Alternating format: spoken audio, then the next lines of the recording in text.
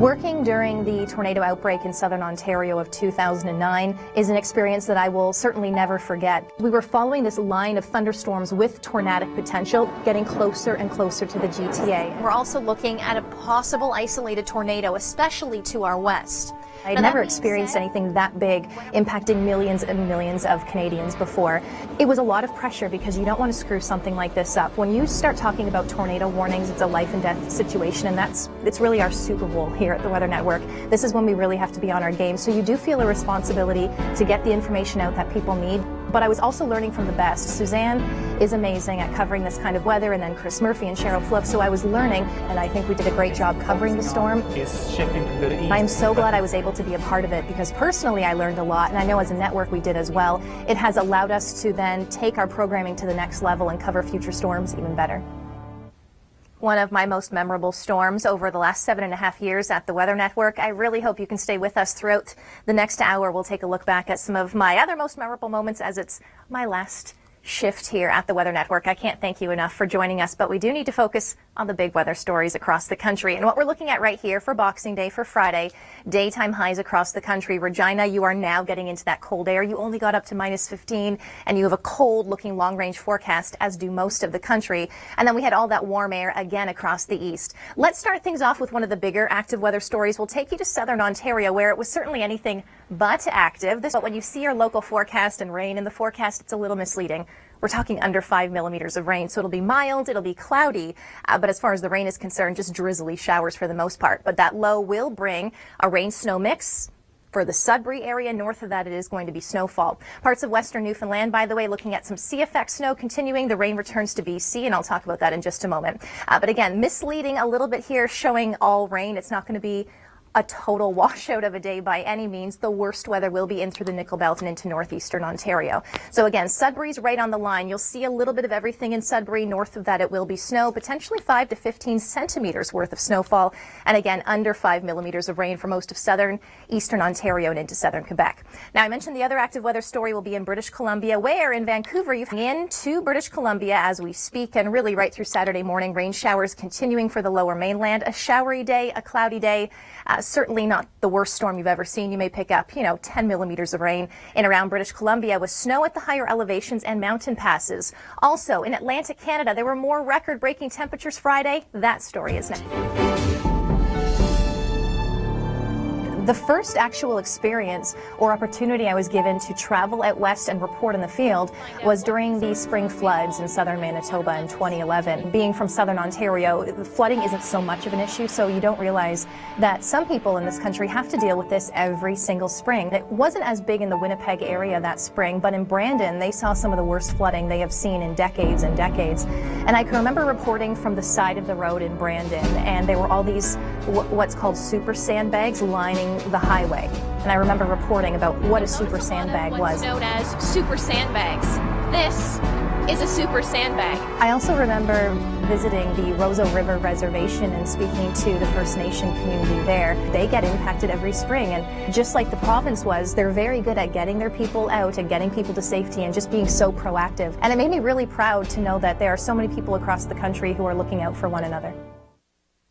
I'll never forget it. One of my favorite spots in the country that I've been able to visit, the Forks, even though it was underwater at the time. What a fun place to be. I don't know how fun it's going to be on Saturday morning. It is going to be one of the coldest mornings you've seen in a while. Winnipeg, Saturday morning, -16, and not getting much warmer into the afternoon. Daytime highs of -14 with the risk for flurries. Not accumulating snowfall, but passing flurries certainly. So this high pressure system is the biggest story in the long range. It's a very strong high pressure system, and it's bringing cold Arctic air. So we'll talk about the cold, but we do have to talk about the warmth as well. More record-breaking temperatures across the eastern half of the country for Boxing Day, from Hamilton reaching just over 8 degrees to Corner Brook, Newfoundland, reaching nearly 5 degrees. Not bad for this time of year. How often on Boxing Day do people in Prince Edward Island the young kids in particular, how often do they get to play basketball over the Christmas break? Temperatures above the freezing mark. Now, temperatures are not as mild in the long-range forecast as we've been experiencing, and then they get really cold heading into New Year's Eve and New Year's Day, really for the eastern half of the country. And it's still going to be breezy with the winds coming off of the water. Western Newfoundland in particular, we are looking at some sea effect snow, 5 to 15 centimeters in the hardest hit areas, so just extra caution if you are doing any traveling across Western Newfoundland through the day Saturday, and then Sunday's looking a whole lot better. You know, speaking of active weather, there's also the potential for snow through the day Saturday, really beginning early in the morning and into Sunday morning for northeastern Ontario and even northern sections of the Nickel Belt. Sudbury's right on the line. You'll see some snow, you'll see some rain, but anywhere south of that is rain and not a lot of it. Spotty showers Saturday for southern and eastern Ontario, but waking up to fog. So through the overnight into early Saturday morning, be prepared for some fog. And do not go anywhere because cold is the big story in the long-range forecast, and I will talk about that next in the long range. Friday marked 10 years since the devastating Boxing Day tsunami, and that story's coming up in this edition of Force of Nature Extended. Record-breaking temperatures. Parts of Nova Scotia, Greenwood, actually hit the same temperature they did on the first day of summer, 18.5 degrees, really warm. And then we show you this extreme cold warning for parts of northern Alberta. And I know this is a current warning because it's that cold as we head into Saturday morning. But what's going to happen is those cold weather warnings are going to expand across the prairies. Monday looks to be the coldest day in this long-range forecast. So purple indicating the cold Arctic air. Some models hinting that this could be even cold Siberian air. And you can see the purple just spreading across the country. And we've been talking about the mild air even across the east. But by, New Year's Eve, New Year's Day, even southern Ontario, the Maritimes, you're going to be seeing these extreme cold temperatures as well, just in time for all the big New Year's Eve parties.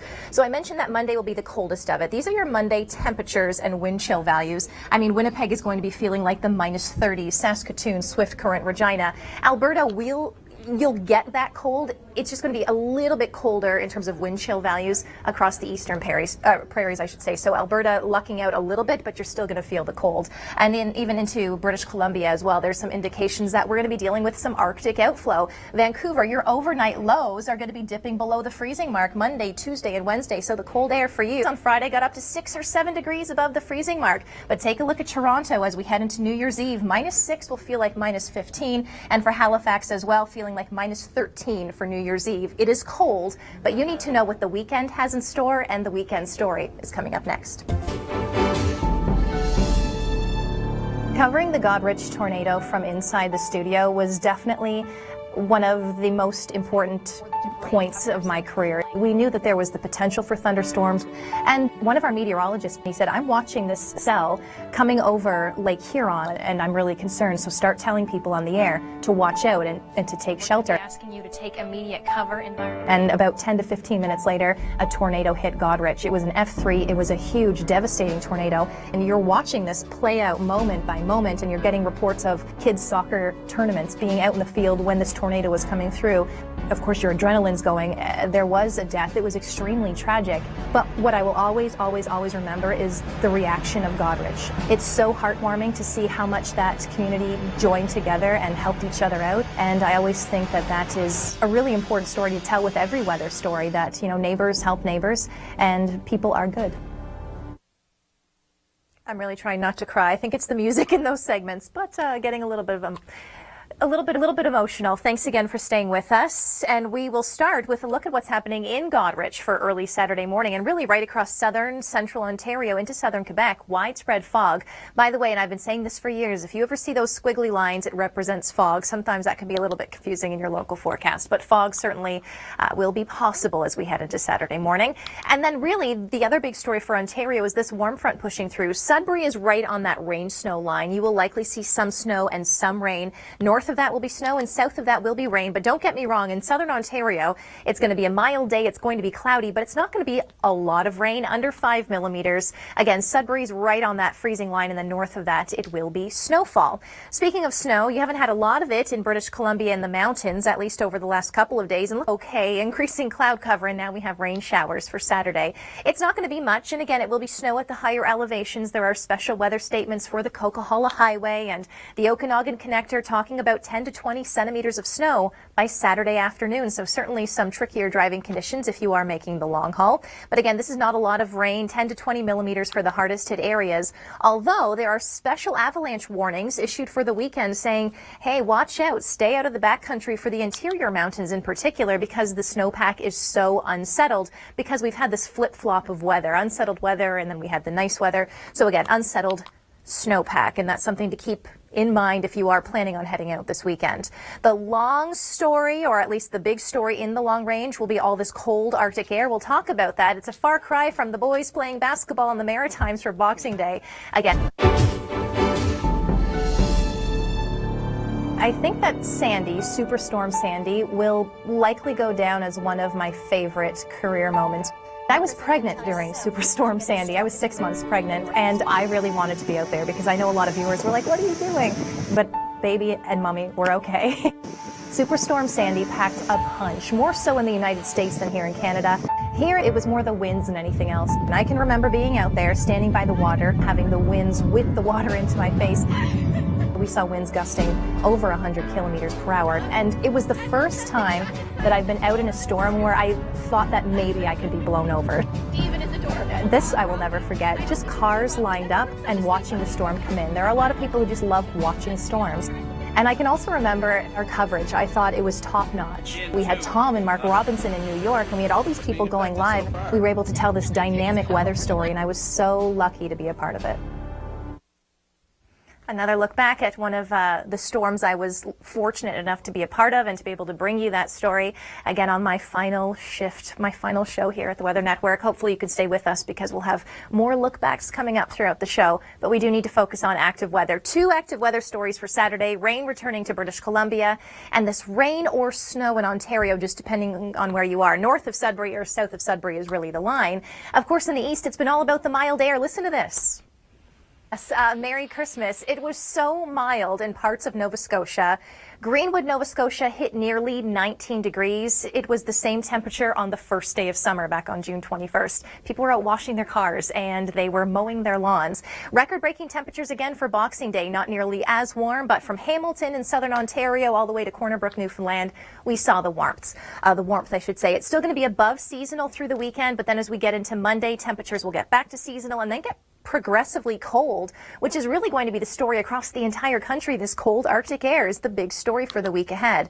I should mention, though, in Atlantic Canada, a fair kind of Saturday, not too much active weather, but the way the winds are coming off of the water, watch for some sea effect snow in western Newfoundland, and then a messy mix by Sunday morning. It's like Fredericton is the line, like Sudbury in Ontario for Saturday. For Sunday, it's going to be north of Fredericton snow, south of that predominantly rain. And as far as the sea effect snow is concerned, we could see 5 to locally 15 centimeters in western Newfoundland through the day Saturday.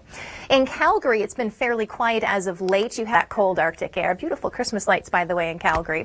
Okay, so for Saturday morning, not an awful lot of active weather, certainly snow for the higher elevations for the BC interior, and then we see snow picking up later through the day Saturday. Calgary, you may see a passing flurry, even Edmonton, but we're talking about most of the snow in through the foothills and specifically to the north. Now, the snow will be a bigger story, I think, in British Columbia. You haven't seen a lot of it in the last couple of days, but there are some special weather statements, as I mentioned earlier, for the Coquihalla Highway, the Okanagan Connector, 10 to 20 centimeters from now. And pretty windy conditions in Newfoundland over the last couple of days. Over the weekend, it will be windy enough to see some sea effect snow for western Newfoundland. It won't be much, 5 to 15 centimeters through Saturday, but still some of the strongest winds in the country in Newfoundland this weekend.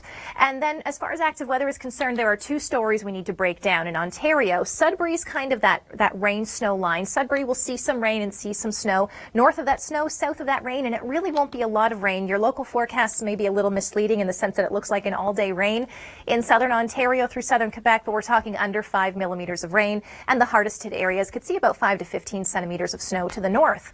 Also, not so bad, but rain has finally returned through Saturday morning and afternoon. The lower mainland looking at showers, maybe 10 to 20 millimeters, nothing too much. Snow at the higher elevations, but because things have been so up and down in the forecast and the weather that you have seen in British Columbia, there are special avalanche warnings specifically for the interior mountains. Be prepared Saturday and Sunday. The risk for avalanches could increase because everything is so unsettled.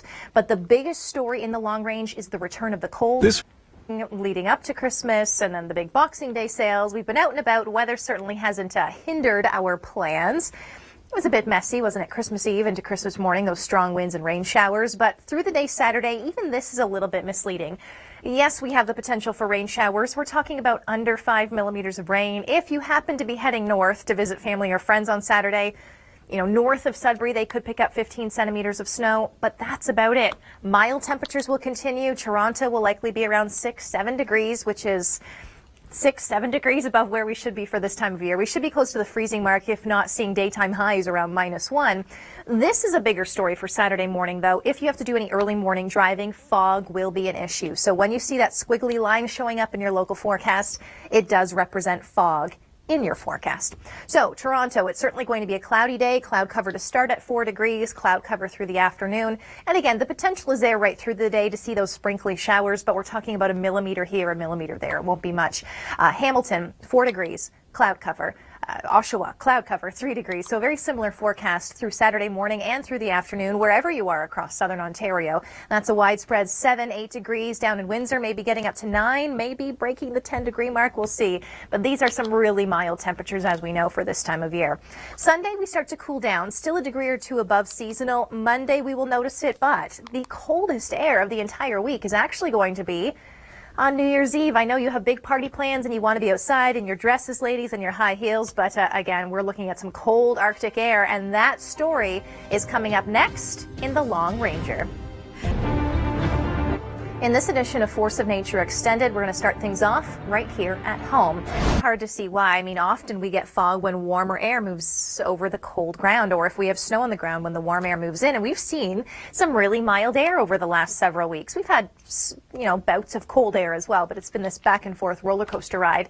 Once again, Saturday is looking mild and the potential for fog is widespread. So if you're doing any traveling from Toronto, perhaps to Hamilton, or if you're heading to Ottawa this weekend, Montreal, or up to Cottage Country, it is going to be foggy, very widespread for Saturday morning, so keep that in mind. As far as actual active weather is concerned, most of it is going to stay to our north. Sudbury's that rain-snow line, and the bulk of the moisture or the precipitation will stay north of Sudbury. That is going to be snow. South of Sudbury will be rain, and if you're heading to the Nickel Belt, that's where we could see that rain-snow mixing. Now, as far as actual snow on the ground, we don't have any here in southern Ontario, and we don't really have any snow in our long-range forecast. But we do have cold, and we're going to be talking about that coming up. The cold will return. Rainfall amounts, not that impressive if you're looking for a lot of rain. I can't imagine you would at this time of year. Mostly people want to see a white Christmas, and we did not have that. But under 5 millimeters of rain is expected. So Saturday is going to be mild. It's going to be gray and dreary, and you'll certainly see some on-again, off-again showers, but it won't be a lot of heavy rain. So 7 degrees in the city of Hamilton for Saturday. We drop to 3 Sunday, the freezing mark for Monday, so gradually cooling. And then we get into Tuesday. Wednesday for New Year's Eve, -7 will feel like -17. And then for Toronto as well for New Year's Eve, -6, feeling like -15. The kids in the Maritimes have been out playing basketball over the Christmas holidays. But again, next we'll talk about the cool storm come in. There are a lot of people who just love watching storms. And I can also remember our coverage. I thought it was top notch. We had Tom and Mark Robinson in New York, and we had all these people going live. We were able to tell this dynamic weather story, and I was so lucky to be a part of it. And you saw those waves when we were in Sarnia during Superstorm Sandy, large waves with the strong winds. And it's interesting, at this time last year, we had some cold air. We had the Great Lakes starting to freeze over. At this point in time, most of the Great Lakes aren't even close to even being a little bit frozen over. We've had such mild air that once again on Boxing Day, we had record-breaking temperatures in Atlantic Canada and here in southern Ontario. Hamilton got up to almost 8.5 degrees. That was well above your previous record of about 5.8 degrees set back in 2003.